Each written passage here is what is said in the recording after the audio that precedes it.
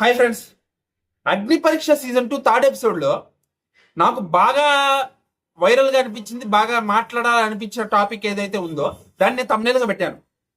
అదేంటంటే అమ్మాయికి ముద్దు పెట్టడం ఏంటి. ఇది నా వైరల్ టాపిక్. అంటే నేను అనుకున్న టాపిక్. ఒక పర్సన్ వచ్చాడు, రామకృష్ణ అని ఒక పర్సన్ వచ్చాడు. ఆ పర్సన్ అన్న మాటకి, ఆ రాసిన మాటకి బిందు మాధవి గారు చాలా కోప్పడ్డారు అనమాట. ఎందుకు కోపడ్డారు? ఆ అబ్బాయి ఏం రాశాడంటే, నువ్వు ఇన్విజిబుల్ గా ఉంటే వెళ్ళి ఒక అమ్మాయిని కిస్ చేస్తానని చెప్పేసి అన్నావు, ఇది నువ్వు నిజంగా చేస్తావా అంటే అంటే అంటే అడిగారు కాబట్టి చెప్పాను, చేస్తాను అన్నట్టు చెప్పాడు. అంటే అక్కడ ఏం చెప్పాడు? జోవియల్ గా ఏదో డిఫరెంట్ గా చెప్తే బాగుంటుంది కదా అనే ఉద్దేశంతో చెప్పాడు. తను ఆ ఉద్దేశంతో చెప్పాడు నేను అనుకుంటున్నాను. తను నిజంగా అదే చేస్తాడా అనేది తెలియదు ఎవరికి.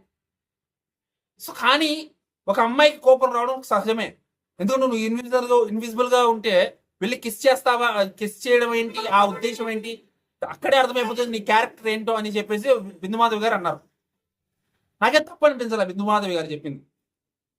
అలాగా ఒక అమ్మాయిని కిస్ చేయడం అనేది, ఒక ఇన్విజిబుల్ గా ఉంటే వెళ్ళి అమ్మాయిని కిస్ చేయడం అనే ఒక కాన్సెప్ట్ వినడానికి చాలా వల్గర్గా ఉంది. అంటే నువ్వు ఇన్విజిబుల్ గా ఉంటే వెళ్ళి కిస్ చేసేస్తావా అని అడిగింది బిందుమాధవి గారు. నాకు చాలా కరెక్ట్గా అనిపించింది ఆ మాట. తనకి కోపం రావడంలో కరెక్ట్గా అనిపించింది, తప్పు లేదనిపించింది నాకైతే. కానీ తననైతే హోల్డ్లో పెట్టారు, ప్రస్తుతానికి పూర్తిగా రిజెక్ట్ చేయలేదు కానీ హోల్డ్లో అయితే పెట్టారు. నా అభిప్రాయం ఏంటంటే ఆ అబ్బాయి అలా అనడం తప్పు. ఆ అబ్బాయి ఎలాగా ఆ మాట అనడం తప్పే కానీ తన ఉద్దేశం ఏంటి అనేది మనం తెలియదు.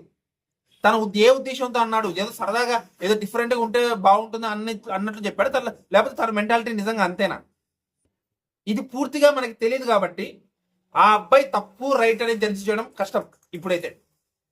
ఇంకా నెక్స్ట్ హోల్డ్లో అయితే పడ్డాడు, నెక్స్ట్ రౌండ్కి వెళ్ళాడు. కాబట్టి నెక్స్ట్ రౌండ్లో ఈ అబ్బాయి బిహేవియర్ ఎలా ఉంటుందో చూసి, ఆ అబ్బాయి ఆ మెంటాలిటీ ఎలా ఉంటుందో చూస్తే మనకు అర్థమవుతుంది.